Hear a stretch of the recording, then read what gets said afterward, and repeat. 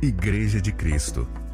Semana passada nós compartilhamos uma palavra com os irmãos e hoje nós vamos estar compartilhando mais uma palavra sobre vencendo o desânimo. Semana passada nós falamos sobre desânimo, uma mercadoria do inferno, e hoje eu quero compartilhar com os irmãos sobre desânimo, as causas do desânimo e como vencer o desânimo, segundo Neemias. É claro que existem tantos outros textos bíblicos que vão aparecer tantas outras causas e que vão aparecer tantas outras formas, mas de acordo com o texto que nós vamos estar estudando hoje, eu quero apresentar pelo menos 5 causas e pelo menos 3 formas de vencermos o desânimo, mas dizendo para os irmãos que isso não totaliza nem as causas nem a forma de vencer, tá? Já existem muitas outras.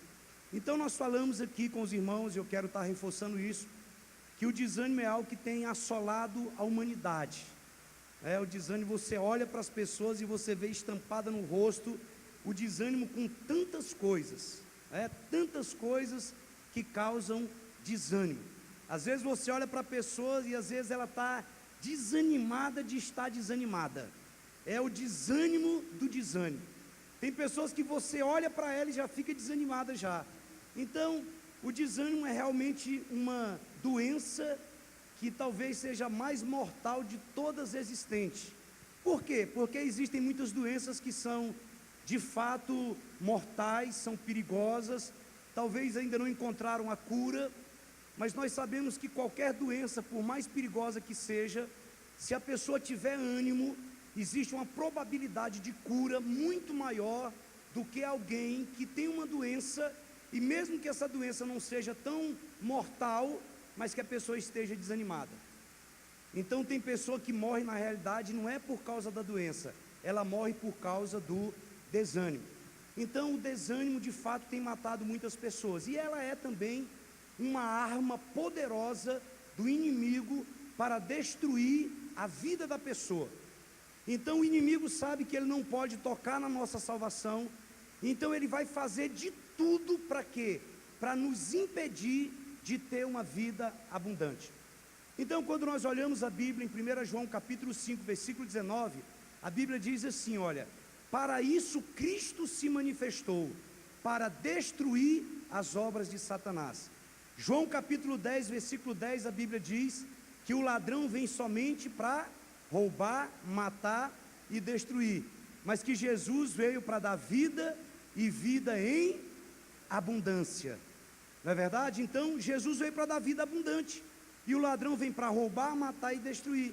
Então o inimigo, sabendo que ele não pode tocar na nossa salvação, ele vem exatamente para roubar o nosso ânimo de conquistar aquilo que Deus tem para nós. Ele vem para roubar o nosso ânimo de termos uma vida abundante proposta na palavra. A Bíblia diz em Isaías: se quiserdes e me ouvirdes, comereis o melhor dessa terra. Isso aqui não é evangelho da prosperidade, isso aqui é o que a Bíblia promete. É uma vida que não está isenta de passarmos por dificuldade. Você vai ver Jesus dizendo, ele diz: olha, essas coisas eu escrevo para que vocês tenham paz em mim, porque no mundo vocês vão passar por aflições, mas tenham bom ânimo, porque eu venci o mundo. Mas o inimigo, ele vem exatamente para quê? Para tentar tolir o propósito eterno de Deus de termos uma vida abundante, de termos uma vida abundante no casamento, de termos uma vida abundante na nossa profissão, de termos uma vida abundante como estudante, como profissional liberal, em todas as áreas, atingirmos o propósito eterno de Deus. Então, se tem uma arma que o inimigo usa, é exatamente o desânimo.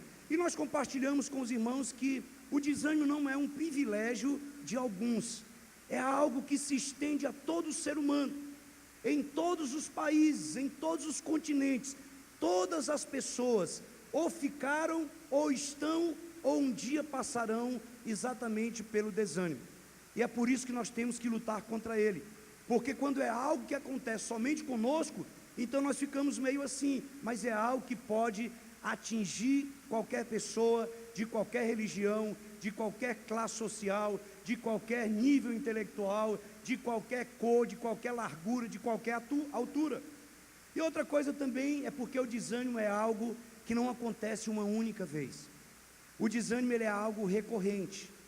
É algo que ao longo da vida nós vamos ser tentados a ficar desanimados. O desânimo ele acontece muitas vezes e em áreas diferentes. Vira e mexe nós estamos desanimados em alguma área. De repente você olha para a cara de um vendedor e ele está ali parado na frente da loja com cara de zagueiro que fez gol contra, porque não está entrando ninguém na loja. Então é algo que vira e mexe e está acontecendo. Eu só conheci uma pessoa, falei isso a semana passada, que ele disse: pastor, eu só fiquei desanimado uma vez na vida, nunca mais animei. Então somente assim, porque caso contrário todo mundo vai ficar desanimado várias vezes. E a terceira situação é que o desânimo ele é altamente contagioso. O desânimo ele pega, e é por isso que nós temos que escolher bem com quem que nós conversamos, com quem que nós andamos, quem que nós compartilhamos os nossos sonhos, porque o desânimo ele tem esse poder de contagiar as pessoas. Então nós precisamos ficar atentos, né? Então o desânimo ele é igual a abrição de boca, é só você começar a abrir a boca, daqui a pouco está todo mundo abrindo a boca junto com você. Então nós temos que ter muito cuidado. E quem é que nunca foi pego ao longo da sua vida lutando contra o desânimo? Quem que nunca foi pego ao longo da sua vida, pego pela vontade de desistir? Tem dia que você está com vontade de salvar o mundo inteiro. Tem dia que você não dá conta de salvar nem a sua pobre alma. Tem dia que se você pudesse cavar um buraco e entrar dentro e desaparecer, é isso que você queria fazer. E isso em todas as áreas, querido. Isso na vida profissional, na vida afetiva, na vida familiar, na nossa caminhada com Deus, sabe? No nosso relacionamento com o Senhor. Algumas pessoas às vezes pensam até mesmo em desistir da própria vida. Quantas pessoas que tentam suicídio, quantas pessoas que obtêm sucesso nisso e deixam cartas dizendo o porquê que estão desistindo da vida. Geralmente as pessoas dizem que não estão mais achando sentido para a sua vida. Por quê? Porque elas estão desanimadas. Então, como seres humanos, nós estamos todos sujeitos ao desânimo. E nós compartilhamos aqui com os irmãos que todos nós estamos sujeitos ao desânimo, mas não obrigados ao desânimo. É muito diferente você estar sujeito ao desânimo por causa do dia a dia, por causa da labuta, por causa das circunstâncias contrárias, por causa das guerras diárias, mas nós não estamos obrigados ao desânimo. E desanimar é exatamente perder o ânimo. Desanimar é exatamente perder a coragem, é desalentar, é desistir. E se você perguntar para mim: pastor, resume o que é desânimo. Desânimo é quando eu desisto de mim. Desanimar é quando você desiste de você. Você poderia resumir a palavra desânimo exatamente. Agora, o mais importante de tudo é que o desânimo, mesmo ele sempre estará nos rodeando, sempre está nos rodeando, a boa notícia é que ele tem cura. E quando nós pensamos em vencer o desânimo, em sair de uma situação de dificuldade e enfrentar de frente os problemas da vida, às vezes quando nós somos crianças nós temos uma tendência a fugir dos problemas. Algumas pessoas tentam fugir dos problemas enveredando pelos caminhos do álcool ou da droga, ou abandonando tudo e tentando recomeçar em outro lugar. Mas não adianta nós fugirmos, porque qualquer que seja a nossa fuga, aonde nós formos, lá nós vamos encontrar conosco mesmo. Então quando nós pensamos em enfrentar os problemas de frente da vida, aquilo que nos leva ao desânimo, nós temos muita referência bíblica a respeito disso. Nós temos um apóstolo Paulo que, em meio a toda a crise que ele enfrentou, ele tem coragem de escrever à igreja de Coríntios e diz assim: olha, eu estou escrevendo para vocês e dizendo, olha, por isso nós não desanimamos.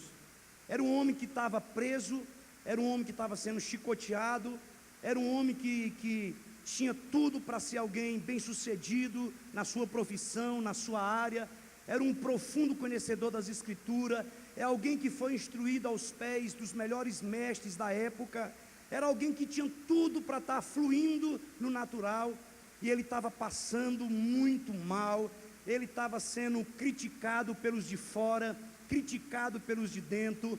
Os de fora queriam matá-lo, os de dentro duvidavam da sua conversão, e mesmo tudo conspirando contra ele, ele escreve para a igreja de Coríntios e diz assim: olha, mesmo assim, nós não desanimamos, pelo contrário, mesmo que o nosso homem exterior se corrompa, o nosso homem interior em Cristo, ele se renova de dia em dia.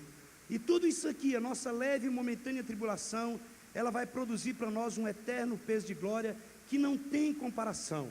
E nós não vamos olhar para as coisas que nós vemos, nós vamos olhar para as coisas que nós não vemos, porque aquilo que está diante dos nossos olhos um dia vai passar, mas aquilo que habita no invisível, aquilo que os nossos olhos não conseguem alcançar, isso vai permanecer para a eternidade, e é isso que interessa. Quando nós olhamos para pessoas como Josué, que quando Deus levanta Josué para introduzir o povo na terra prometida, Deus olha para Josué, Josué vai substituir o maior líder da história, Moisés, e eu sei que ele, como um discípulo, ele está muito acanhado diante de milhões de pessoas. A primeira vez o seu líder tentou introduzir aquele povo e não deu certo, e agora ele tem a responsabilidade de introduzir milhões de pessoas na terra da promessa. Aquilo foi e continua sendo um marco histórico na história daquele povo. E Deus diz assim: Josué, esforça-te e tem bom ânimo.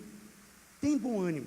E você vai ver o tempo todo Davi orando a Deus e dizendo: Deus, restitui em mim a alegria da tua salvação, me dê um espírito voluntário. Você vai ver o tempo todo Davi dizendo: olha, Davi se reanimou no Senhor. Mas eu quero compartilhar com você nessa noite sobre Neemias, que na realidade foi um reconstrutor de sonhos fracassados. Neemias foi um homem especial e tem muito a nos ensinar. Eu quero compartilhar contigo. Abra sua Bíblia, por gentileza, em Neemias capítulo 4, versículo 10 ao 15.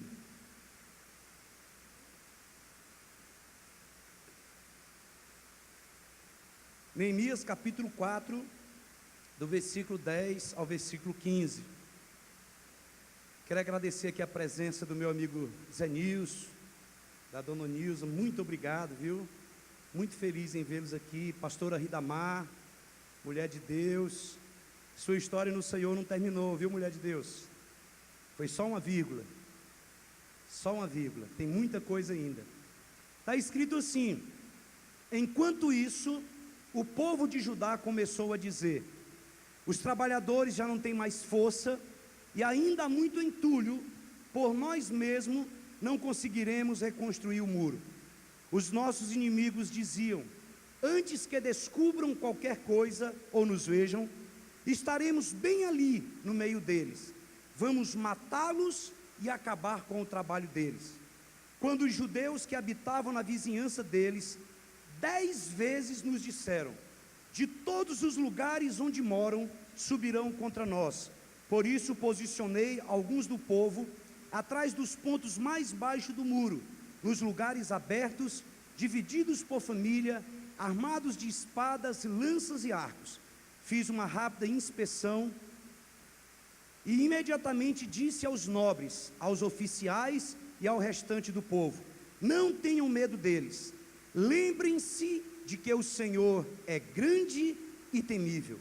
Lutem por seus irmãos, por seus filhos e por suas filhas, por suas mulheres e por suas casas.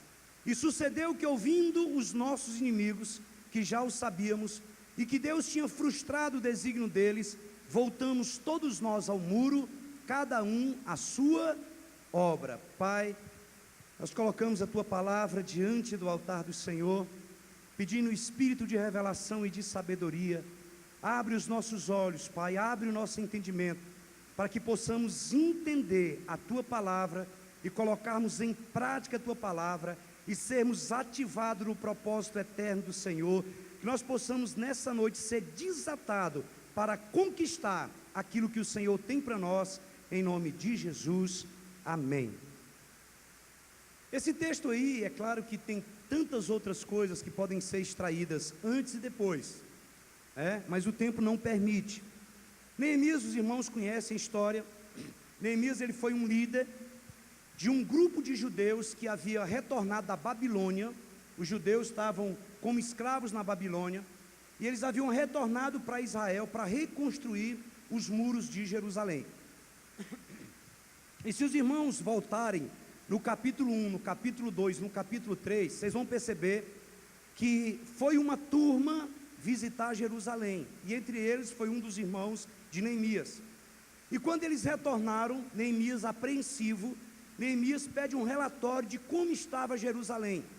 E quando eles fazem um relatório de como estava Jerusalém, eles dizem: olha, Jerusalém está com os portões queimados e os muros dilacerados, está tudo destruído. E eles então fazem um relatório, e o texto diz que Neemias chora de maneira profunda por Jerusalém. Se você acha que o americano, ele é patriota, ele é apaixonado pelos Estados Unidos, você está longe de imaginar o que significa Jerusalém para um judeu. Então Neemias, ele fica muito abalado com essa notícia, e ele começa a ter um comportamento de profunda tristeza, e começa a queimar no coração dele um desejo de restaurar os muros de Jerusalém. Por quê? Porque os muros representavam a defesa da cidade, representava o valor e o respeito de uma cidade. E Neemias, na época, ele era um escravo, mas ele era o copeiro-chefe exatamente do rei da Babilônia. E o copeiro não era nada mais, nada menos do que aquele que experimentava tanto a comida como a água ou qualquer coisa que o rei fosse beber. Então qualquer bebida e qualquer comida do rei, antes o copeiro tinha que provar, porque se estivesse envenenada, então o copeiro morria. Serviço bom, hein? Então ele era um homem de muita confiança. E então ele pede ao rei, o rei chega para ele na realidade, pergunta o que está acontecendo, ele diz o que está acontecendo, e o rei concede uma licença e um tempo, e cartas para ele poder ir em Jerusalém para restaurar o muro. Então eu estou contando de maneira bem breve. Se você depois tiver um tempo em casa, você pode ler os capítulos e você vai absorver com muito mais riqueza. E o que acontece é que eles vão para Jerusalém, e eles então, com esse grupo, eles começaram a trabalhar no muro. E quando eles começam a trabalhar na restauração do muro, eles começaram com muito fervor, com muito zelo, com muito empenho. Eles estavam muito empolgados com o projeto. Só que depois de eles trabalharem por um certo tempo, depois de eles estarem mais ou menos no meio da construção, aí bateu o desânimo. Talvez você já tenha visto em algum lugar, ou até mesmo acontecido contigo, esse tipo de história, de algum projeto que você começa, até mesmo um futebolzinho entre amigos, não é verdade? Primeira vez que você convida as pessoas, olha, dá gente que sobra tantas pessoas de fora, mas depois da segunda, terceira vez, você tem que estar ligando e adulando as pessoas para irem. Então aqui no capítulo 4 de Neemias, vai mostrar para nós que as pessoas ficam desanimadas, podem ficar desanimadas, mas também nos ensina como superar esse desânimo. Então isso aqui também não é a totalidade de tudo, nem das causas e nem de como vencer. Nós vamos estar analisando esses versículos e vamos tentar extrair o máximo possível para as nossas vidas. Então esse texto aqui mostra exatamente por que as pessoas ficam desanimadas, e você vai ver como há uma identificação. Eu me identifiquei com muitas coisas que estão aqui nesses versículos, mas também mostra o que fazer quando se tem vontade de desistir, e principalmente quando você está à frente como líder. Se nós fôssemos deixar um pouquinho de lado as pessoas, as causas e como vencer, e se nós fôssemos somente analisar, sabe, a vida do líder, como esse líder agiu, é algo extraordinário. Então, o seu desânimo, o meu desânimo, o nosso desânimo, ele pode estar vindo dos mesmos problemas detectados por Neemias. Semana passada eu contei algumas piadas aqui, dos caras que são preguiçosos, né? Então eu não vou repetir, porque senão vai ficar meio chato. Você vai lá no YouTube e olha. Mas tem gente que é desanimado. Eu escutei esses dias um cara que ele era tão desanimado, mas tão desanimado, que ele disse que ia casar com uma mulher grávida para não ter trabalho de fazer o filho. Você já imaginou um negócio desse? O cara disse, olha, eu vou casar com uma mulher grávida, que aí eu não tenho nem o trabalho de ter que fazer o filho. E eu dando uma pesquisada ali na internet, eu achei os 10 mandamentos do preguiçoso. Alguém já viu aí os 10 mandamentos do preguiçoso? Deixa eu ler para você, mas não aprenda isso, tá joia? É só para você ouvir e descontrair um pouquinho. Olha o primeiro mandamento do preguiçoso: viva para descansar. Segundo, ame a sua cama, ela é o seu templo. Terceiro mandamento do preguiçoso: se você vir alguém descansando, ajude-o. Quarto mandamento: descanse de dia para poder dormir melhor à noite. Quinto mandamento do preguiçoso: o trabalho é sagrado, por isso não toque nele. Sexto mandamento: nunca faça amanhã o que você pode fazer depois de amanhã. Sétimo mandamento: trabalhe o menos possível. O que tiver para ser feito, deixe que outra pessoa faça. Oitavo: calma. Ninguém nunca morreu por descansar. Nono: quando você sentir um desejo muito forte de trabalhar, senta e espera a vontade passar. Décimo: não se esqueça, nunca se esqueça, trabalho é saúde. Então deixe o seu trabalho para quem está doente. Então vamos ver então as causas e os princípios para superar o desânimo. Então a primeira causa é exatamente o cansaço. Isso aqui, queridos, é igual coxinha de rodoviária. Toda pessoa desanimada, quando você olha por detrás de alguém desanimado, tem uma história de cansaço. Isso aqui é igual coxinha de rodoviária. Você sabe como é que é coxinha de rodoviária? Se na primeira mordida não vier carne, na segunda é batata. Então o cansaço, olha o que diz o texto, diz assim, olha: enquanto isso, o povo de Judá começou a dizer: os trabalhadores já não têm mais o quê? Força. Os trabalhadores já não têm mais força. Queridos, eles haviam trabalhado por um longo tempo, e eles estavam fisicamente cansados, eles estavam fisicamente exaustos, eles estavam simplesmente cansados.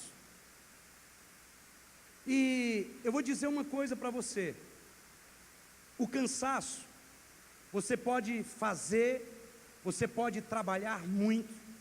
Tem pessoas que trabalham muito. Eu estou dizendo porque eu sou alguém que já trabalhei sem parar, dia e noite, quase que literalmente. Eu trabalhava, acordava 5 horas da manhã, trabalhava até 7 da noite, 8 horas eu começava em outro trabalho, trabalhava até meia-noite, às vezes até 2 da manhã, e no outro dia acordava de madrugada de novo, e isso sábado e domingo, até o dia que eu entendi que eu estava em pecado.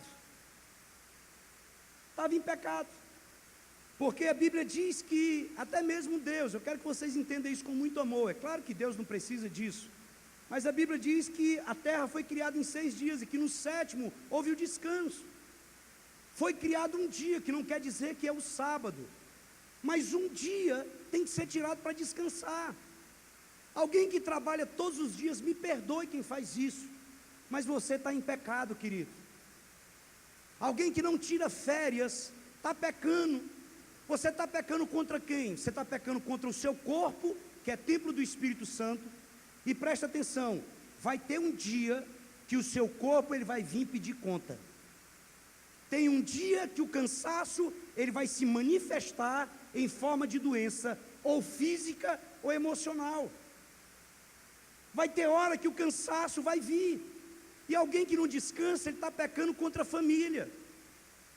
O cansaço tem uma hora que ele chega, E a pessoa pode tomar o tanto de energético que quiser, ele pode cheirar pó, ele pode fazer o que quiser, que tem uma hora que ele vai prostrar. Um dia eu vi uma reportagem de um caminhoneiro, que ele parou no trevo de Anápolis com a carreta ligada e dormindo no volante. Então tem pessoas que chegam e dizem assim: pastor, eu trabalho tem 30 anos, e eu nunca tirei férias. Está em pecado, querido.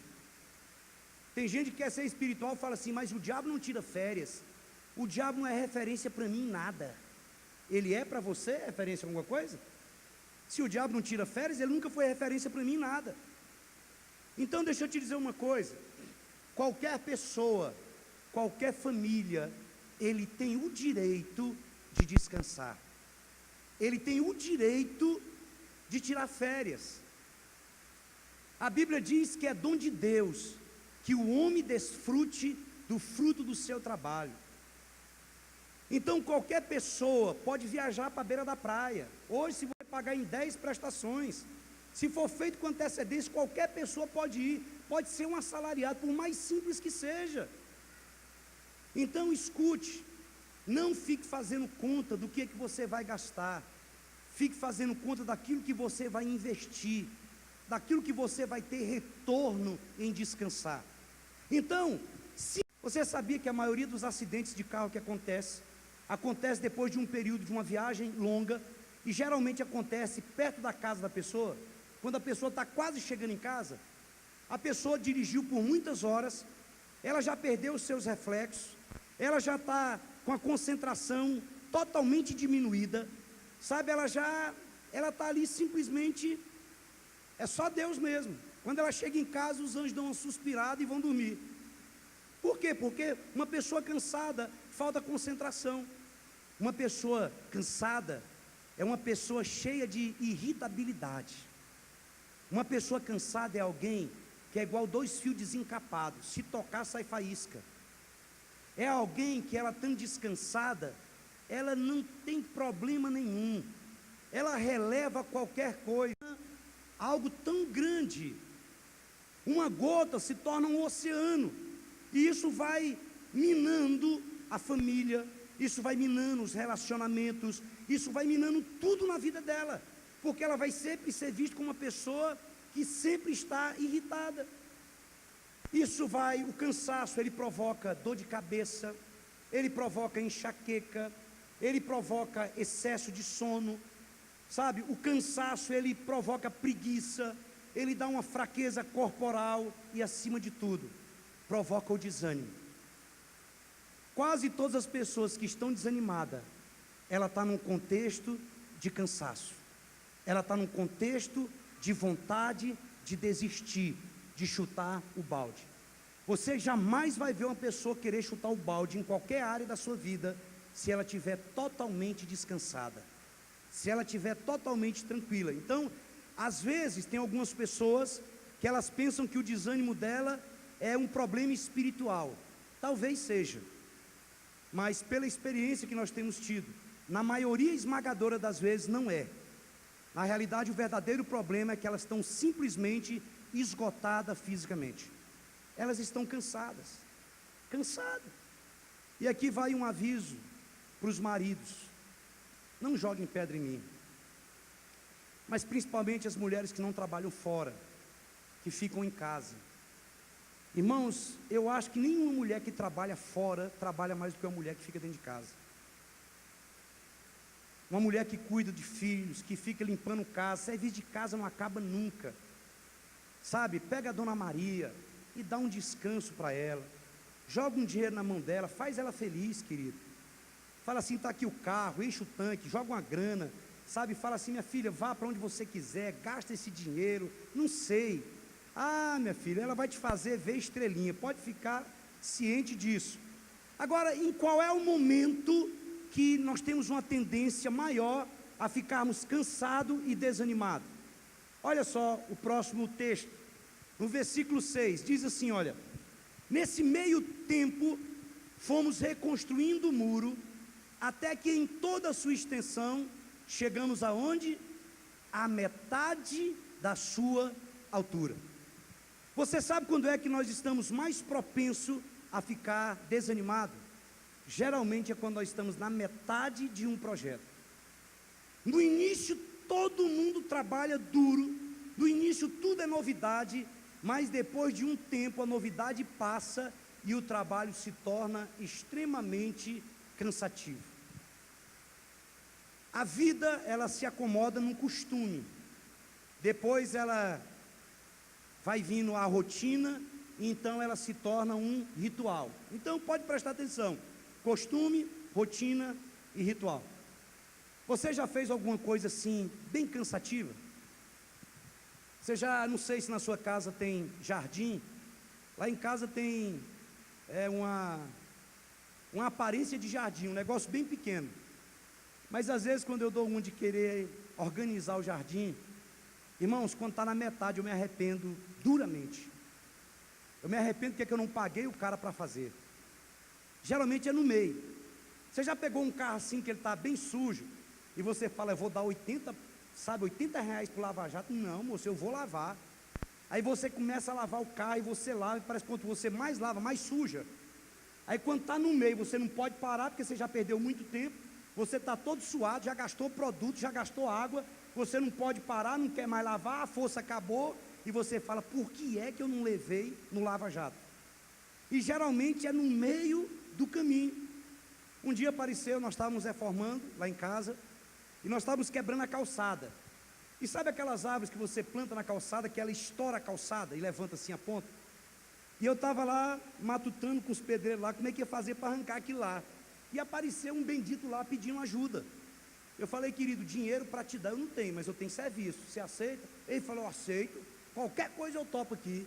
Ele quis mostrar que ele não queria dar o cano, Nilson. Ele queria era trabalhar. Eu falei, não, quero só que você arranque isso aqui para mim, eu te dou os 100 reais. Eu acho que era 100 reais na época. E ele falou assim, amanhã cedinho eu estou aqui. Eu falei, combinado. No outro dia, cedinho ele estava lá e eu afinei para ele. Eu falei, o cabo é macho mesmo. Irmãos, eu saí, deixei ele lá, eu acho com um enxadão, com um machado, com um bocado de coisa. Eu acho que serra elétrica, eu acho que até o espírito do Jason baixou nele lá. Eu sei que quando eu cheguei 11h30, ele estava deitado no cabo da enxada assim, ou no cabo do machado assim. Ele falou assim, rapaz, se arrependimento matasse. Ele nem arranhou, Samuel, a raiz do negócio, ele nem mexeu. Ele arrependeu porque que ele começou. Olha, tem muita coisa que eu já comecei, e quando estava na metade eu me arrependi porque que eu tinha começado. E geralmente você vai ver, que geralmente é na metade. Eu lembro quando a Laís e a Bruna, elas eram crianças, elas queriam lavar o carro, queriam fazer alguma coisa na casa. E eu acho que todo adolescente, pré-adolescente, é criança na realidade. Hoje elas pegam e fazem tudo, cozinha, lava, hoje é uma bênção. Mas começava, e geralmente, quando o negócio começava a apertar, elas largavam de mão.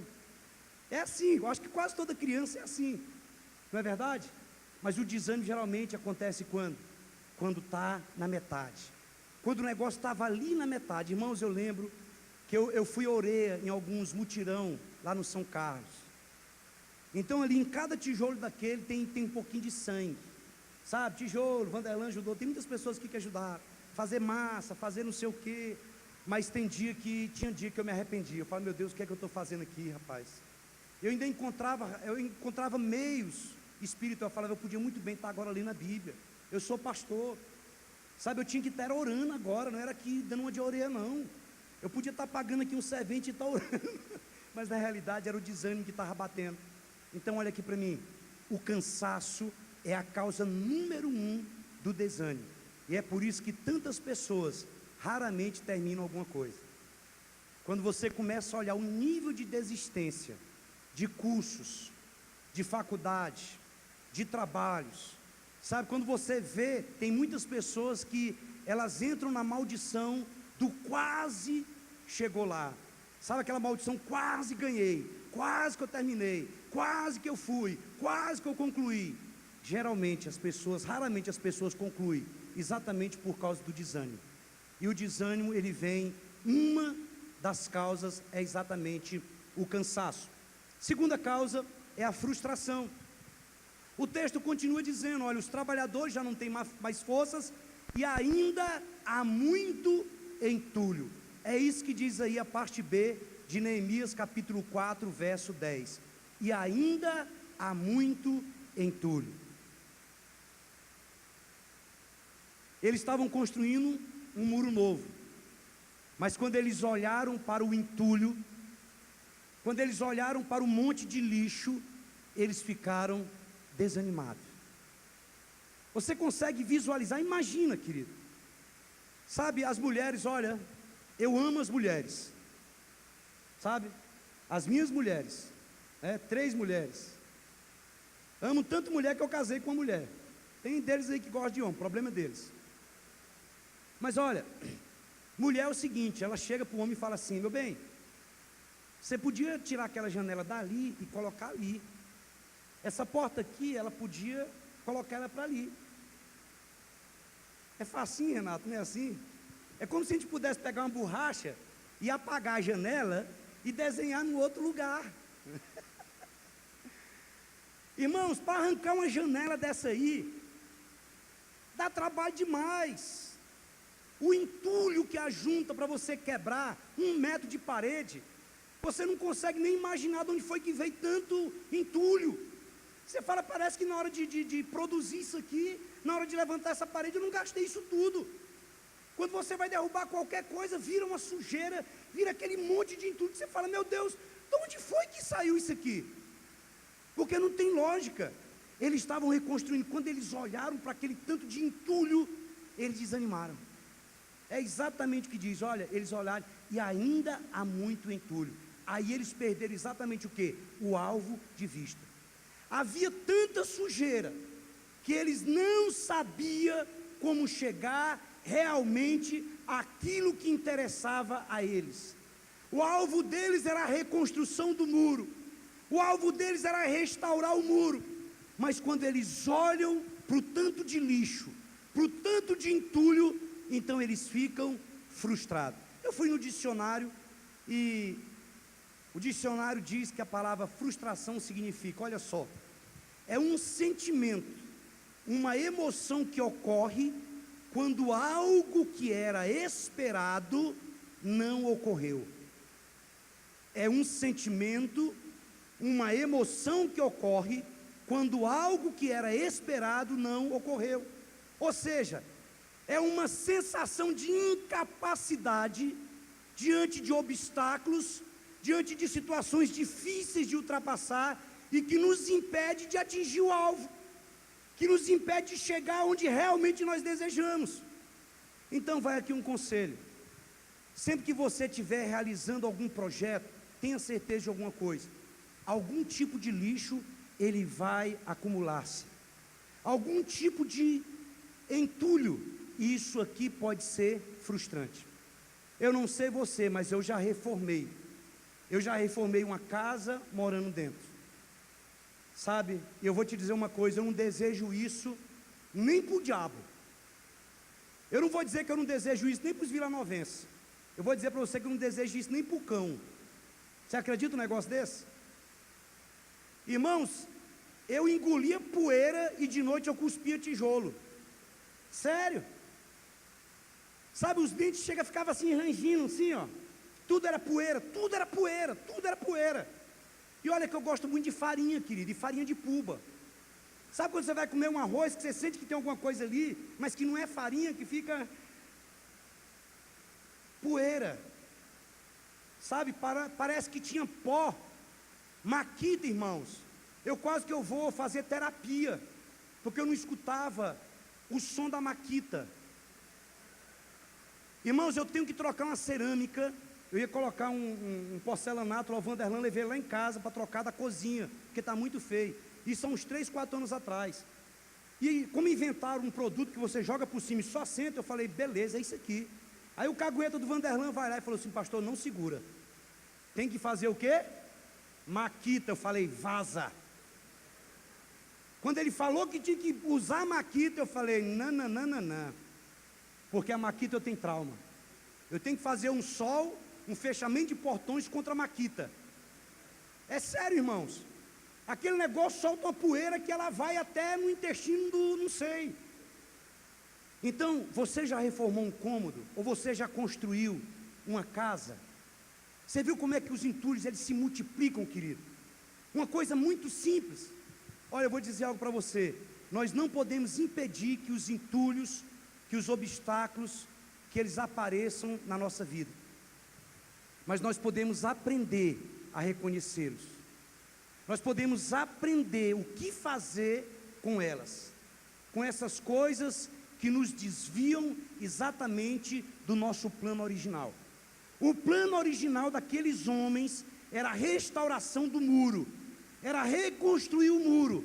Agora os entulhos desanimaram eles. Eles olham para o entulho e eles ficam totalmente desanimados. E eu te faço uma pergunta nessa noite: quais são os entulhos? Quais são os obstáculos em nossa vida? O que é entulho na sua vida? O que está obstruindo as suas veias espirituais, sentimentais, ou em qualquer que seja a área? Então eu não quero que você veja o entulho simplesmente como uma coisa física. O entulho aqui nesse contexto de Neemias era algo físico, mas entulhos são coisas que aparecem no meio do nosso caminho. Entulho é tudo aquilo que consome a nossa energia. Entulho é tudo aquilo que gasta o nosso tempo. Entulho é tudo aquilo que traz frustração. Entulho é tudo aquilo que nos impede de cumprir com o propósito de Deus. Entulho é tudo aquilo que nos leva a desanimar. Entulho é tudo aquilo que nos impede de fazer aquilo que realmente é importante nas nossas vidas. Tem muitas coisas que são entulho. Talvez o WhatsApp é um entulho. Talvez o Facebook é um entulho. Talvez as amizades são entulho. Talvez o excesso de tantas coisas seja um entulho. E isso são coisas que nós temos que nos livrar em nosso viver, porque senão elas vão nos impedir de alcançarmos o nosso alvo. Olha aqui para mim. Eu gosto muito de trabalhar com o Vanderlan, né, com algumas pessoas muito jóia, né, o Osé, o Itamar, pessoal jóia. Eles gostam de, eu fico observando muito as pessoas, sabe? Por exemplo, eles gostam de trabalhar e ir limpando o lugar. O Vanderlan, para você conseguir uma agenda com ele, você tem que ser uns 3 anos de antecedência. 2020 tem vaga lá, né, Vanderlan? Eu tenho que fazer um negócio lá e tal. Mas o Vanderlan é o seguinte, ele vai fazendo e vai organizando. Mas eu já vi gente que ele começa a construir, começa a mexer cedo. Quando vai chegando no final da tarde, irmão, tem tanta sujeira acumulada que a pessoa não dá conta de trabalhar. Como é que a pessoa vai dar conta de trabalhar pisando em cima de entulho? Não dá conta. Não dá conta, querido. Algumas pessoas pensam que é perder tempo fazer esse tipo de limpeza. Mas a Bíblia diz que quem não gasta tempo afiando o machado vai colocar mais força para cortar a árvore. Quantos aqui já tentaram cortar um tomate com a faca cega? Irmão, parece que a faca escorrega, não é verdade? Eu já tentei. Você fica ali, aí você perde, você dá uma raiva, né, Genésio? Aí você enfia a faca no meio do tomate. É sério. Aí você termina de rasgar com o dedo o tomate, porque a faca não corta. E o negócio era só dar uma molada. Às vezes você tem que parar e tirar um entulho, porque vai facilitar para você atingir o objetivo. A terceira causa é exatamente o quê? É o fracasso. Olha o que o texto continua dizendo, na parte C. Por nós mesmos não conseguiremos reconstruir o muro. Olha só o que eles dizem aqui. A terceira causa é exatamente o sentimento de fracasso, querido. A terceira causa que pode nos levar ao desânimo, segundo esse texto aqui de Neemias, é o sentimento de fracasso. Eles estavam dizendo, olha, nós não damos conta de fazer isso. É impossível reconstruir esse muro. É impossível remover esses entulhos. É besteira tentar. Sabe, nós vamos ter que desistir. A terceira causa do desânimo, nesse texto aqui, é exatamente o fracasso. O povo não conseguiu terminar a tarefa tão rápido como eles planejaram. Então eles perderam a força e eles desanimaram. Você já começou a fazer algo que você pensou que gastaria uma semana e de repente o marceneiro, o serralheiro, o mecânico, o pedreiro, ele diz para você: olha, vai levar mais uma semana. Mas na realidade não levou mais uma semana, levou mais 3, 4, 5 semanas. E às vezes até mesmo você está fazendo alguma coisa, e você calcula que você vai gastar determinado tempo, então aquilo, ele prolonga, então você gasta muito mais e vem um sentimento de fracasso, e você perde as forças, e você simplesmente desanima. Olha, quando nós fomos ter a festa de multiplicação, nós tínhamos que fazer um painel de madeira lá no São Carlos, e literalmente nós trabalhamos 24 horas sem parar. E teve uma hora que eu olhei para o pessoal em cima de uma escada, e o cara estava furando e dormindo em cima da escada assim, ó. Sério. Depois eu falei: rapaz, podia ter alguém caído e morrido, e o negócio não ia acontecer. Sabe, eu estava muito preocupado, cheio de perfeccionismo. Olha, aqui está ruim assim, irmãos. Quando deu 3 horas da manhã, eu estava dizendo para o cara: rapaz, pode fazer de qualquer jeito. Porque o sentimento de que não ia dar tempo de terminar, aquele sentimento de fracasso, eu falei assim: olha, vamos ter que terminar.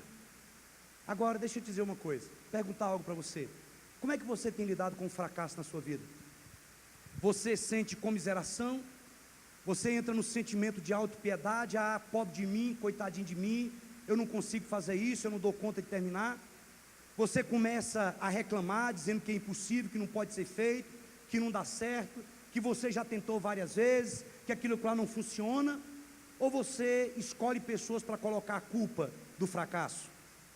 Isso aqui talvez seja o pior. É quando as pessoas começam a querer arrumar culpados para o seu fracasso. Eu vou te dizer o caminho mais curto. É você dizer: olha, eu sou o responsável. Assume a culpa e parte para resolver. O grande problema hoje é que as pessoas estão querendo arrumar culpados para coisas que eles fracassaram, para aquilo que não deu certo. Eu tenho dito para algumas pessoas, né, eles não estão aqui, eu posso falar. O Tiago e a Natália, eles tiveram muitos medos. Isso é comum. Eles iam fazer alguns eventos, eles iam fazer algumas coisas, e eles estavam com muito medo. E eu falava: vocês estão com medo de quê? E eles vinham, eu falava: meu querido, faz o seguinte, faz. Se ficar ruim, pode jogar para cima do papai aqui. Foi eu que fiz. Se ficar mais ou menos, foi nós. E se ficar bom, foi vocês. Aí eles falavam: eu falava assim: era, pode ir. Aí o Tiagão dava uma... falou assim: então vamos, pastor. Aí ele ia para cima. Esse último encontro agora, tinha poucas pessoas para irem, e eu falei: meu filho, qual que é o problema? Ele falou assim: pastor, eu estou com medo aí de dinheiro. Eu falei: rapaz, dinheiro não é problema, meu filho, dinheiro é solução. Eu falei: pastor, e se não tiver dinheiro? Eu falei: meu filho, dinheiro lá em casa é igual coceira de macaco, nem acaba e nem fica pouco. Coceira de macaco começa no dia que nasce, só acaba no dia que morre. Ele falou: é? Eu falei: é. Eu falei assim: eu estou brincando, rapaz. E aquilo motivou ele, empolgou, e ele foi para cima. Então, sabe, chama a responsabilidade. Sabe, se alguma coisa não deu certo, chame e diz assim: olha, foi eu mesmo que fiz, não deu certo. Mas tem pessoas que ficam tentando colocar a culpa nos outros por algo que não deu certo. Eu desde cedo, minha mãe me ensinou isso. Falou assim: olha, assume a culpa, porque vai doer menos. Você apanha e resolve a questão. Se você não assumir e eu descobrir, aí você vai entrar na taca. Lá no Maranhão chama taca. Quarta causa é o medo. O texto diz assim: olha, os nossos inimigos diziam... Eu vou dar uma acelerada, tá bom, queridos? Os nossos inimigos diziam, aperta o cinto aí: antes que descubram qualquer coisa ou nos vejam, estaremos bem ali no meio deles. Vamos matá-los e acabar com o trabalho deles. Em Jerusalém, existiam pessoas que não queriam que o muro fosse construído. Existiam alguns que eram até mesmo judeus. Existiam os inimigos também dos judeus. Por quê? Porque um muro ao redor da cidade, ele representava uma segurança. O muro ao redor da cidade representava defesa. Por isso os inimigos não queriam que o muro fosse terminado. Agora os construtores ficaram desanimados. Por quê? Por causa do quarto fator que leva ao desânimo. É exatamente o medo. E a pergunta é: quais são os medos que estão te desanimando? Sabe? Quais são os medos que estão nesse exato momento dominando a sua vida e estão tentando te desanimar? Quais são os medos que estão te impedindo de crescer e de desenvolver? Você tem medo de ser criticado? Eu vou dizer uma coisa que eu aprendi. As pessoas vão te criticar de qualquer jeito. Você sabia disso? A pior besteira do ser humano é ele achar que vai agradar a todo mundo. Você nunca vai agradar a todo mundo. Nunca. Então, olha, se você fala alto, você não agrada a todo mundo. Se você fala baixo, você não agrada a todo mundo. Se você anda devagar, você não agrada a todo mundo. Se você anda correndo, você não agrada a todo mundo. Se você está de carro ruim, velho, cair nos pedaços, vão falar. Se você está de carro bom, vão dizer que você está roubando. De todo jeito vão te criticar. Então decida quem você é em Cristo Jesus e fala para a pessoa, manda cair fogo do céu entre eu e você. Quem tiver errado, deixa o fogo queimar o holocausto. Pronto, simples assim. Então você tem medo de ser criticado? Você está com medo de ser humilhado? Você tem medo de não dar certo? Talvez o medo seja que você acha que não está capacitado para fazer alguma tarefa. Eu quero dizer para você que se Deus chamou, Ele capacita. Se você der um passo de fé, pode acreditar que Deus Ele vai construir o caminho para você andar. E eu vou te dizer uma coisa, é bom mesmo que a gente tenha um certo medo de achar que não consegue, porque aí vem a dependência de Deus. Qual que é o seu medo? É de não suportar a pressão? Eu vou dizer uma coisa para você. O caráter de uma pessoa é forjado na pressão. Calça frouxa não forja caráter de ninguém. Puro numa panela destapada. Tenta para você ver.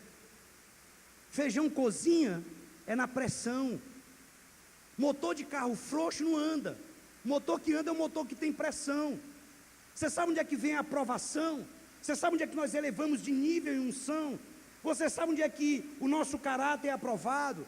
Você sabe, é quando nós somos forjados, é quando nós estamos debaixo de pressão. É o calor da pressão que vai burilar o nosso caráter, que vai nos aprovar diante de Deus. Escuta, não vem unção, nós não passamos por um outro nível se nós não aprendermos a lidar com as pressões. As pressões do dia a dia é o que vai nos capacitar a passar para níveis diferentes. Porque se eu não aprender a suportar as pressões no nível que eu estou, como é que eu vou passar para outro nível? Como é que eu vou ser promovido se eu não aprendi a lidar com as pressões desse nível? Então você tem medo de pressão? O medo sempre leva a pessoa ao desânimo. Você tem medo de morrer? Eu já falei para os irmãos que eu tenho medo de um bocado de coisa. Eu tenho medo de homem grande. Eu tenho medo de mulher pequena. Pense, no Maranhão tem uma mulher pequena que são valentes, meu amigo. Eu tenho medo de revólver. Quer ver o homem aqui acabar e ver um revólver na frente dele. Sabe, tem muita coisa que eu tenho medo. Mas eu já tive muito medo de morrer. Em 1986, na época eu tinha 18 anos de idade, doido para saber minha idade de novo, né? Faz as contas. E eu fui fazer uma prova, fui fazer um eletrocardiograma para fazer uma prova de educação física, na Exefego. E quando eu fiz o eletrocardiograma, o médico olhou para mim e falou assim: olha, deu um negócio anormal aqui no seu eletro, Renato. Moço do céu. Ele olhou para mim e falou assim: pastor Júlio, quando ele disse assim, quando você baixa a cabeça, que você levanta, você fica tonto. Irmãos, eu nunca senti uma tontura na minha vida, eu era atleta. Quando ele falou isso, eu baixei a cabeça. Quando eu baixei a cabeça, que eu levantei, eu falei, não, eu estou tonto mesmo. Aí eu fui me segurando assim, e ele foi falando um bocado de sintoma, e todo sintoma que ele começou a falar, eu comecei a sentir. E ele disse assim: olha, eu vou fazer uma junta médica, e daqui tantos dias, eu vou te dar o resultado. Irmãos, aí o medo tomou conta de mim. Aí foi 2 semanas, se eu não me engano, 10 dias, eu andava igual o santo católico, bem devagarzinho assim, falando baixinho com todo mundo, bem humildezinho, com medo de morrer, sabe? Irmãos, tudo que o cara falou, quando eu acordava cedo, eu acordava escorando umas coisas assim, achando que ia cair, é sério, sabe, tonto e tal, e falta de ar, e aquele negócio. Aí no dia que eu cheguei, ele trouxe lá, ele falou assim: olha, reuni com os médicos, e o diagnóstico era batidas normais, compatíveis ao coração de um atleta. Aí na hora que ele falou,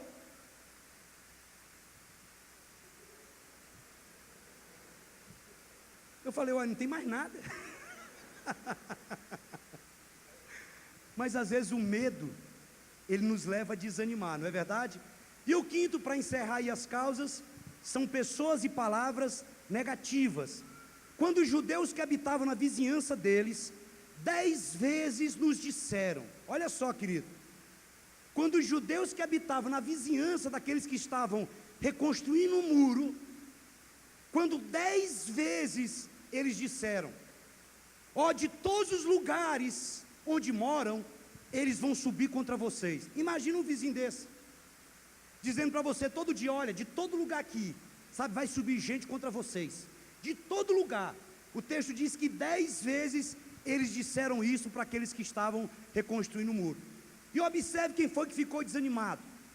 Foram exatamente quando os judeus que habitavam na vizinhança deles, os inimigos, está aí no versículo 12, logo em seguida eles fizeram o quê? Eles desanimaram os outros dizendo, olha, 10 vezes nos disseram, de todos os lugares onde moram, subirão contra nós. Quando você fica perto de uma pessoa negativa, por algum tempo, você já sabe o que acontece. Você também vai ficar o quê? Negativo.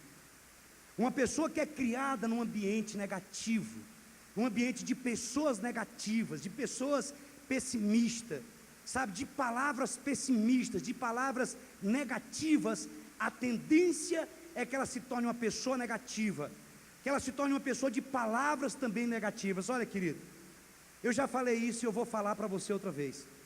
Você sabia que uma mulher judia, ela não amaldiçoava o seu filho? Uma mulher judia, quando um filho tirava uma nota baixa na prova, e ele chegava com a nota lá, chegou com um 0, a mãe, em vez de chamar o menino de burro, de alguma coisa, a mãe pegava a prova e disse, meu filho, essa professora deve estar com algum problema, porque não tem lógica, sabe, uma criança inteligente como você, capacitada como você, sabe, tirar uma nota dessa, tem alguma coisa aí. Vamos, meu filho, vamos estudar mais um pouquinho. E ela contornava a situação e investia no estudo da criança. Então, olha, pessoas, se você ouvir uma pessoa sempre dizer, você não dá conta, isso não pode ser feito, você vai começar a acreditar nessa pessoa. Nós tivemos em Caldas Novas uma época, eu, a minha família e a família do pastor Hamilton. E o pastor Hamilton tem uma neta, que chama Emanuela, e o dia assim, nós chamamos ela de Manu. Aí um dia eu estava na beira da piscina, eu falei, eu vou fazer um teste com ela. Eu falei assim, como é que é seu nome? Ela falou assim, Manu. Eu falei, Manu? Ela falou, é. Eu falei, não, o seu nome não é Manu, o seu nome é Maria. Ela falou, não, meu nome é Manu, minha mãe disse que é Manu, meu pai disse que é Manu. Eu falei, não, o seu nome é Maria. Ela falou, é Manu. Eu falei, é Maria. Ela falou, é Manu. Eu falei, é Maria, o seu nome é Maria, é Maria, é Maria. Eu fiquei, Maria, Maria, seu nome é Maria, Maria. Falei, Maria, vem cá, Maria, Maria, Maria, Maria, Maria. Aí passou um pouquinho, eu falei assim, como é que é seu nome? Ela falou assim, Maria. Aí eu chamei o pastor Hamilton, falei, pastor, vem cá, eu não te disse que aquela experiência que eu ia fazer dava certo? Eu falei, fala pro vovô como é que é seu nome. Ela falou assim, Maria. Ele queria morrer e me matar. Irmãos, para depois dizer que o nome dela não era Maria e era Manu, deu canseira. Mas olha, o ambiente é determinante. Eu fiz isso de brincadeira e falei com os pais dela, é claro, que eu não vou fazer isso com criança. Mas eu estou te falando isso porque se você for criado em um ambiente que você ouviu o tempo todo que você não pode, que você não dá conta, que isso não vai ser feito, você vai começar a acreditar nisso. Neemias sabia o que estava desanimando as pessoas. Ele era um líder sábio, um homem de Deus, e ele tomou exatamente as ações corretas para corrigir o problema. Então eu te mostrei as causas, e agora nós vamos falar sobre como vencer os problemas. Quem me dá aí 5 minutinhos faz assim com a mão. 5, 10, sempre dá certo, eu vou correr, tá bom? Então a primeira coisa que você deve fazer, reorganize a sua vida. Neemias, ele percebeu tudo, querido. Olha só o que diz, olha, Neemias, quando viu toda aquela bagunça, o texto diz assim, olha, por isso posicionei alguns do povo atrás dos pontos mais baixos do muro, nos lugares abertos, dividido por família, armado de espadas, lanças e arcos. Em outras palavras, Neemias disse assim: vamos organizar as coisas, nós vamos estabelecer um novo sistema aqui. Neemias disse assim: ó, esse grupo vai para cá, esse grupo vai para ali, esse outro fica aqui, e o problema vai ser solucionado. O primeiro princípio para vencer o desânimo é exatamente esse: reorganize a sua vida. Quando você ficar desanimado, não desista dos seus objetivos. Quando você ficar desanimado, não chute o balde, muito pelo contrário. O que você precisa é se reorganizar. O que nós precisamos é desenvolver um novo modo de agir, é se replanejar. É cansaço? Então descansa.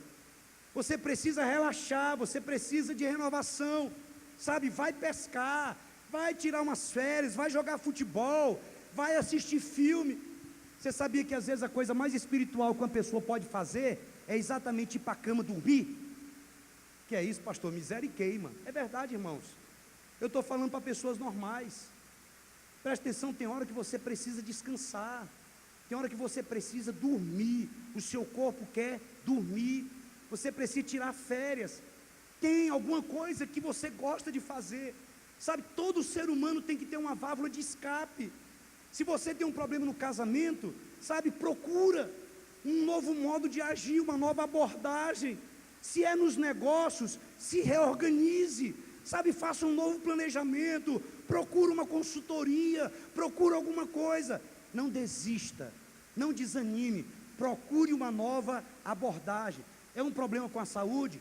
Procure um novo médico, sabe, faça novos exames. É um problema na vida espiritual? Ora, jejue, procure o seu discipulador, continue perseverando.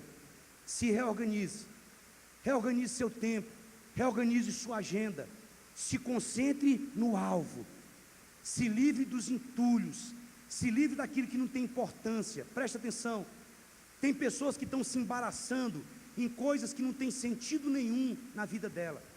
Se você pegar esse texto aí, fala que eles se armaram com espada, com lança e com arco. Espada, lança e arco. Olha, isso aqui fala, sabe de quê? Trazendo para o natural, isso fala de planejamento a curto, a médio e a longo prazo. A espada era um instrumento de guerra do corpo a corpo. A lança era um instrumento de guerra quando o adversário estava um pouco mais afastado. E o arco geralmente era usado quando o inimigo estava a uma certa distância, quando ele estava a muitos metros. Então todos os guerreiros, eles, sabe, jogavam a flecha. Isso fala de quê? Que todos nós temos que ter planejamento a médio, a curto e a longo prazo. O grande problema é que nós queremos fazer a coisa na hora. Nós não planejamos nada e queremos que tudo dê certo. O apóstolo Paulo, lá em Hebreus, o apóstolo Paulo não, o autor de Hebreus diz que nós devemos desembaraçar do peso e do pecado que tenazmente nos assedia, para que nós possamos correr com perseverança a carreira que nos está proposta, olhando para o autor e consumador da nossa fé. Neemias se concentrou nas prioridades. Quando ele reorganizou as coisas, ele dividiu de acordo com as suas famílias, querido. Olha, Neemias, ele disse assim, olha, ele fala que ele posicionou alguns do povo atrás dos pontos mais baixos do muro, nos lugares abertos, divididos por família. Sabe por que ele fez isso? Porque Neemias sabia que qualquer pessoa que está desanimada, ele precisa de um grupo de apoio. Ele colocou aqueles moradores exatamente próximo da família dele. Quando nós estamos desanimados, nós precisamos uns dos outros, nós precisamos de pessoas nos encorajando, nós precisamos de pessoas no nosso grupo familiar, na nossa célula, no nosso discipulado. Agora tem muita gente com a vida desorganizada em todos os aspectos, sabe por quê? Porque ele é desorganizado por fora, e isso reflete uma desorganização por dentro. Querido, eu vou dizer algo para você aqui, com temor e com muito respeito. A desorganização externa, ela reflete a desorganização interna. Toda pessoa que é desorganizada por fora, ela é desorganizada por dentro. Quando eu chego num gabinete de qualquer pessoa, eu vejo tudo jogado de qualquer jeito, Você não pode ser conclusivo, sabe, mas dá para você saber mais ou menos o perfil da pessoa. Se você vai num consultório, se você vai na casa de uma pessoa, você sabe se é uma pessoa que gosta de uma casa limpa ou não. Eu não estou falando de uma situação ímpar, que a pessoa não teve tempo de arrumar. Eu não estou generalizando. Eu estou falando da rotina. Sabe, toda organização, uma pessoa que é organizada por fora, ela tem uma tendência muito grande de ser uma pessoa organizada por dentro. Uma pessoa que o carro dela é toda bagunçada, por dentro também ela não dá conta de se organizar. A casa, sabe, uma pessoa que ela não consegue arrumar o guarda-roupa, como é que ela vai conseguir arrumar a vida dela? Uma pessoa que não consegue organizar a cama, o armário, a própria gaveta, como é que ela vai dar conta de organizar a própria vida, queridos? Às vezes a gente acha que isso é coisa sem significado, não é. Isso é coisa que reflete na nossa vida, no dia a dia. Tem gente que não tem horário para nada, então nós precisamos reorganizar a nossa vida familiar, sabe, o lazer, a nossa vida espiritual, a nossa vida profissional, a nossa vida financeira. Tem gente que deve e não tem como pagar, mas não para de comprar. Então preste atenção, se reorganize. Sabe, nunca compre mais do que você pode, querido. Como é que uma pessoa que está devendo está querendo almoçar em churrascaria? Como é que uma pessoa que está devendo, não dá conta de pagar, está querendo andar de tênis novo? Está querendo, meu irmão, não tem como bater de playboy se você está devendo, paga os outros, uai. Não tem como. Então você para de comprar e acerta. Como é que alguém ganha 1.000, quer gastar 1.500, 2.000 por mês? Você nunca vai se organizar. A Bíblia diz que aquele que deve, ele é escravo do credor. Então até quando? Você está aí com 30, 40, 50 anos e você nunca saiu da dívida. Por quê? Porque você nunca parou para fazer um planejamento. Nunca parou para colocar num papel o que você ganha, o que é que você gasta, como é que você vai pagar, o que é que você pode comprar, onde você pode ir, o que é que você pode vestir. Então procure se organizar dessa forma e você vai ver a coisa acontecer. E penúltimo, nós estamos quase encerrando, lembre-se do Senhor. Olha o que diz o texto. Fiz uma rápida inspeção e imediatamente disse aos nobres, aos oficiais, ao restante do povo: não tenham medo, lembre-se de que o Senhor é grande e temível. Queridos, olha só o que ele diz, olha, lembrai-vos do Senhor, que é grande e temível. O que significa lembrar-se do Senhor? Significa se reconsagrar a Ele. Significa você dedicar a sua vida mais uma vez a Ele. Eu vou te colocar pelo menos 3 pontos. Quando Neemias diz para o povo assim: olha, vocês precisam se lembrar do Senhor. Na hora de um desafio tão grande, ele organiza tudo para reanimar o povo. E ele diz para ele: lembre-se do Senhor. Ele está dizendo: olha, lembre-se da bondade de Deus no passado. Quando você começar a pensar em todas as coisas boas que Deus fez na sua vida, o seu espírito vai ser animado. Queridos, Lamentações 3:21 diz assim: olha, eu quero trazer à memória aquilo que pode me dar esperança. Quando nós estamos numa crise, numa situação difícil, eu tenho que me lembrar de todos os livramentos de Deus, de toda a provisão de Deus, de toda a bondade de Deus lá atrás. Irmãos, como Deus foi bom lá atrás, quantas coisas Deus fez lá atrás. Pastor Júlio, quanta misericórdia tem lá atrás. Sabe, tem vezes que Pastor Júlio vem orar, às vezes eu vou para o monte orar, eu não dou conta de orar, só de chorar e agradecer a Deus pela bondade dEle. Como é que eu vou me desesperar? Como é que eu vou ficar desanimado, se Deus foi tão bom lá atrás? Davi, quando matou Golias, você sabe o que foi que ele fez? Ele pegou a espada, ele arrancou a cabeça de Golias, e ele pegou a espada e colocou dentro da tenda dele. E eu acredito que sabe para que era aquilo? Para todas as vezes que ele entrava dentro da tenda, ele olhava para a espada e dizia: eu matei um gigante, o Senhor me ajudou a matar um gigante. Eu não vou desanimar com Saul, eu não vou desanimar com esses problemas, porque a bondade de Deus se estende, a bondade de Deus nunca acaba. Então, quando você estiver desanimado, lembre da bondade de Deus no passado. Segunda coisa, lembre da presença de Deus no presente. O que é que Deus está fazendo na sua vida agora? Ele está comigo, Ele está com você, quer você sinta, quer não. Hebreus 13:5 diz, olha, eu nunca te deixarei, eu nunca te desampararei. Lembra de uma coisa, quer você se arrepie, quer não, quer você chore, quer não, quer você esteja animado, desanimado, quer você esteja com um problema, quer não, Deus está com você. Deus está aí dentro, Ele não está atrás, Ele não está à frente, Ele não está debaixo, Ele não está em cima, Ele está dentro de nós. Eu tenho que lembrar disso. Eu não vivo por aquilo que eu sinto, eu não vivo por aquilo que eu vejo, eu vivo por aquilo que eu creio. E Ele diz, olha, eu estarei convosco todos os dias até a consumação dos séculos. E a terceira coisa, eu tenho que me lembrar do poder de Deus para o futuro. É Ele que me dá força para vencer na dificuldade. Paulo diz em Filipenses 4:13, tudo posso naquele que me fortalece. Quando você ficar desanimado, você deve tirar o seu pensamento da circunstância e colocar ele em Deus, colocar ele no Senhor Jesus, porque as circunstâncias vão te deprimir, elas vão te desanimar. E a terceira forma de vencer, olha só, lute. Isso aqui é um princípio da resistência. Para encerrar, de que outra forma eu posso lutar contra o desânimo? Resistindo a ele. Olha só o que diz o texto: lutem por seus irmãos, por seus filhos e por suas filhas, por suas mulheres e por suas casas. Queridos, olha aqui para mim. Nós estamos numa batalha espiritual, numa guerra, num combate contra as forças do mal. A Bíblia diz que o diabo é o acusador dos cristãos. Ele adora tentar nos destruir, nos depreciar. E ele sabe que um cristão desanimado, ele tem o seu potencial limitado, restringido. Ele sabe que a nossa eficiência ela é neutralizada quando nós estamos desanimados. É por isso que Tiago 4,7 diz: resisti ao diabo e ele fugirá de vós. Você vai ver Jesus naquela parábola, ele fala sobre o dever de orar sempre e nunca o que? Desanimar. Lucas 18:1. Jesus disse, olha, você vai orar sempre e nunca desanimar. Qual é a meta? Qual é o sonho que o inimigo quer que você abandone?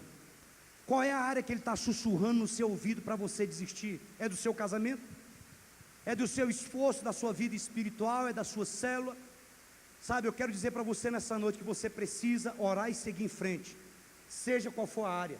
Você não vai desistir dos seus filhos, você não vai desistir do seu casamento, você não vai desistir da sua família, mesmo que você esteja cansado, frustrado, com sentimento de fracasso, com medo, mesmo que muitas pessoas tenham dito palavras malditas, negativas para você, você vai seguir adiante e você vai resistir ao desânimo no nome do Senhor Jesus. Quantos podem dizer amém?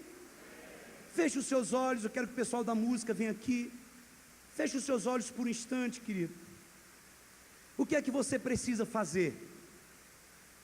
Reorganizar a sua vida? Talvez a única coisa que nós precisamos é parar um pouquinho e colocar no papel. É consertar a rota. Não é desistir. É procurar uma nova forma de agir. De repente a forma como você estava lidando com a situação não estava funcionando. Então você vai procurar uma nova abordagem. Você precisa fazer um novo planejamento. Você está desanimado com a vida financeira? Faça um planejamento, querido. Você está cansado? Se organize para fazer aquela viagem. Sabe, se organize, sabe, se planeje para fazer aquela viagem. Eu vou fazer ainda uma viagem dos sonhos. Eu vou me planejar para isso. Glória a Deus. A mulher está até orando em línguas, vai ser batizada de novo no Espírito Santo. O que você está precisando? O que você está precisando ajustar? É a sua vida espiritual? É o seu tempo de oração, de leitura da palavra? Se reorganize. O Senhor está aqui nessa noite. Lembre-se do Senhor. Neemias disse para eles, olha, lembre-se da bondade de Deus no passado. Ele é imutável, Ele é o mesmo ontem, hoje e será eternamente. Lembra que Ele está conosco aqui agora. Lembre-se do poder dEle para mudar qualquer situação no futuro. Mas para isso nós temos que lutar. Nós estamos sujeitos ao desânimo, não obrigados ao desânimo. Ore ao Senhor. de olhos fechados, ore a Deus.